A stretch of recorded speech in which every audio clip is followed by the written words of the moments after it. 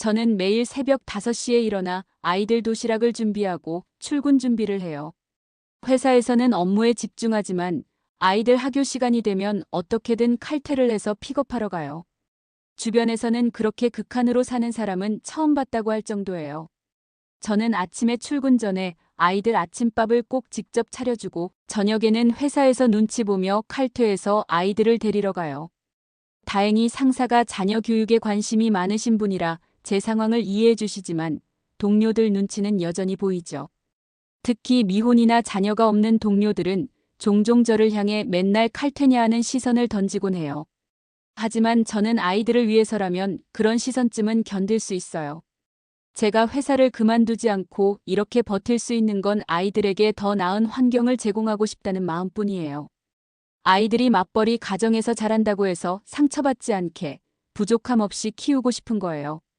이런 노력 덕분인지 아이들은 정말 밝아요. 첫째는 초등학교 3학년인데 담임 선생님께 항상 칭찬을 받아요. 공부도 잘하고 친구들과도 잘 어울리죠. 둘째는 올해 유치원에 입학했는데 적응력이 좋아서 금방 친구들도 사귀고 선생님 말씀도 잘 따라요. 이런 모습을 보면 정말 뿌듯하고 제 선택이 틀리지 않았다는 생각이 들어요. 저는 아이들 교육에 뼈대는 엄마가 잡아야 한다고 생각해서 정말 뼈를 갈아가며 교육시키고 있어요. 아침에 출근 전 아이들이 아직 자고 있을 때 교과서와 학습지를 훑어봐요. 둘째는 아직 유치원생이지만 한글과 기초 수학은 제가 가르치고 있어요. 매일 아침 20분씩 함께 책을 읽고 간단한 연산 문제를 풀어요. 첫째는 학년이 올라갈수록 공부가 어려워지니까 퇴근 후에는 그날 배운 내용을 복습하고 도움이 필요한 부분은 제가 설명해줘요. 회사에서도 점심시간이면 아이들 학원 스케줄을 체크하고 과제는 잘하고 있는지 확인 전화를 해요. 남편은 이런 제 모습을 보고 너무 과하다고 말하지만 저는 이렇게라도 하지 않으면 불안해요. 반면 남편은 동네에서 한의원을 운영하는 한의사예요. 남들 눈에는 안정적인 직업으로 보이겠지만 사실 그렇지도 않아요. 남편은 한의사지만 욕심이 없어요. 홍보도 잘 안 하고 간호사 2명과 10년째 같이 일하고 있어요. 가끔 더 큰 병원으로 확장하면 어떻겠냐고 제안하면 남편은 항상 지금 이대로가 편하다고 말해요. 이런 태도가 한편으로는 좋지만 때로는 답답할 때도 있어요. 특히 우리 부부가 1년에 한 번씩 술 마시면서 깊은 대화를 하는데 주제는 항상 돈이에요. 남편은 이제까지 자기는 돈을 모아본 적이 없다네요. 요즘 경기 침체로 더 힘들다고 해요. 진료를 마치고 돌아오면 피곤하다며 소파에 누워 스마트폰만 보고 있어요. 처음에는 일이 힘들어서 그런가 보다 했는데 나중에 알고 보니 코인 시세를 확인하고 있더라고요. 작년에는 코인 투자로 조금 돈을 벌었다며 좋아했어요. 그래서 그럼 아이들 교육비로 써볼까? 라고 했더니 화를 내면서 이건 미래를 위한 투자라고 했어요. 그런데 얼마 지나지 않아 시세가 폭락했고 한동안 우울해하더니 더 많은 돈을 투자했어요. 남편 월급의 상당 부분이 코인으로 들어가는 것 같아 걱정이에요. 한 번은 남편 핸드폰을 봤는데 코인 투자 커뮤니티에서 활발하게 활동하고 있더라고요. 심지어 현생 탈출이라는 제목의 게시글에 공감 댓글을 달고 있었어요. 이런 모습을 보면 현실에서 도피하고 싶은 마음이 있는 건가 싶어 마음이 아프고 걱정도 돼요. 사실 남편이 돈에 대해 이렇게 강박적인 데는 그만한 이유가 있어요. 시어머니에게 들은 바로는 남편이 어릴 때 집안이 갑자기 기울어서 많이 고생했대요. 원래는 꽤 잘 살았는데 시아버지의 사업이 한순간에 망하면서 집도 날리고 학비도 제대로 내지 못하는 상황까지 갔었다고 해요. 한의대에 들어갈 때도 아르바이트와 과외를 병행하며 겨우 다녔대요. 이런 경험 때문인지 돈에 대한 불안감이 항상 있는 것 같아요.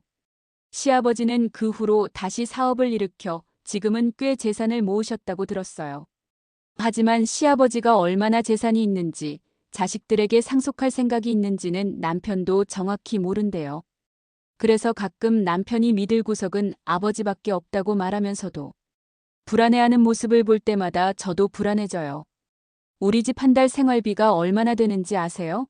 식비, 공과금, 아이들 교육비까지 다 합치면 매달 약 500만 원 정도 돼요. 남편 수입이 한의원 운영으로 월 평균 1,600만 원 정도 되는데 거기서 직원 급여와 한의원 운영비를 빼면 실제 가져가는 건 900만 원 정도예요. 제 월급은 300만 원 정도고요. 남편은 매번 생활비가 너무 많이 든다고 불평해요. 특히 아이들 교육비에 대해서는 더 예민하게 반응하죠. 월 교육비가 250만 원이니 결코 적은 금액은 아니지만 제가 생각하기에 아이들 미래를 위한 투자예요. 남편은 이 돈을 더 아껴서 저축하거나 투자해야 한다고 주장해요. 한 번은 이런 이야기로 크게 다툰 적이 있어요. 언어는 어릴 때부터 접하면 좋으니까 둘째를 영어 유치원에 등록시켰어요. 비용이 부담스럽기는 했지만 아이 재능을 키워주고 싶었어요. 그런데 남편이 하도 우는 소리를 하길래 영유에서 일반 유치원으로 옮겼어요. 1년에 교육비가 1억이 들어간다 난리쳐서 학원비 계산을 해보니 월 250 정도네요. 도대체 아이들 교육비를 가지고 얼마나 과대망상하며 피해의식을 갖는지. 결국 영유는 포기했지만 마음이 너무 상했어요. 그리고 마음 한구석에는 항상 미안함이 남아있어요. 첫째는 영어 유치원을 다녔는데 둘째는 그럴 기회를 주지 못했으니까요. 그래서 집에서 영어 동화책을 더 많이 읽어주고 영어 노래를 함께 불러요. 작은 노력이지만 최선을 다하고 있어요. 식비도 항상 문제예요. 저는 아이들에게 좋은 음식을 먹이고 싶어서 아이들 식단만큼은 유기농 제품이나 품질 좋은 식재료를 사요. 남편은 이것도 사치라고 해요. 슈퍼세일 코너에서 사면 되는데 왜 비싼 거 사느냐고 늘 잔소리해요. 한 번은 제가 사온 유기농 과일을 보고 이게 얼마야? 라고 물어보더니 가격을 듣고는 미쳤냐고 했어요. 그 말에 너무 서운해서 하루 종일 속상했어요. 남편과의 가장 큰 갈등은 아이들 교육 방식이에요. 저는 아이들이 다양한 경험을 통해 자신의 적성과 재능을 발견했으면 좋겠어요. 그래서 탁구, 수영, 줄넘기 같은 운동부터 바이올린, 영어, 수학까지 여러 분야를 접하게 하고 있어요.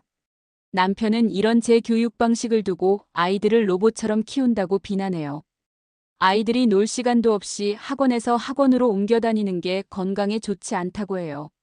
하지만 제가 보기에 아이들은 학원 다니는 걸 즐거워해요. 특히 첫째는 수영을 정말 좋아해서 나중에 수영선수가 되고 싶다고 말하기도 했어요.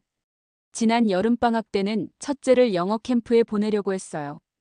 2주 동안 진행되는 캠프였는데 비용이 150만 원이었어요.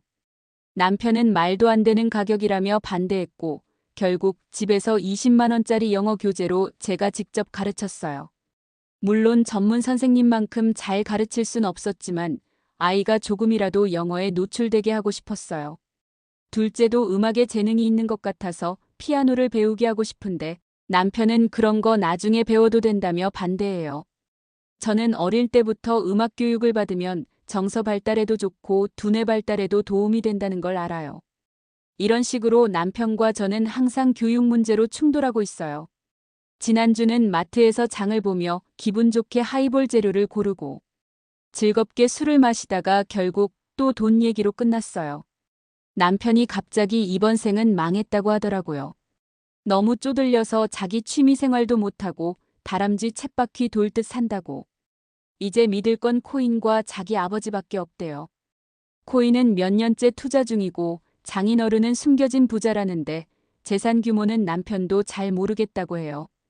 이런 말을 들으니 정말 화가 났어요. 제가 얼마나 희생하고 있는지 전혀 모르는 것 같았거든요. 저는 친구 모임도 취미 생활도 다 포기하고 아이들에게 올인하고 있는데 남편은 취미 생활을 못한다고 불평하고 있으니까요. 제가 나도 얼마나 힘든지 아냐, 나도 망했다고 하니 그럼 둘 다 망했네라고 대답하더라고요. 너무 짜증나고 실망스러워서 씻으면서 눈물이 났어요. 그리고 그날 밤은 아이들 방에서 잤어요.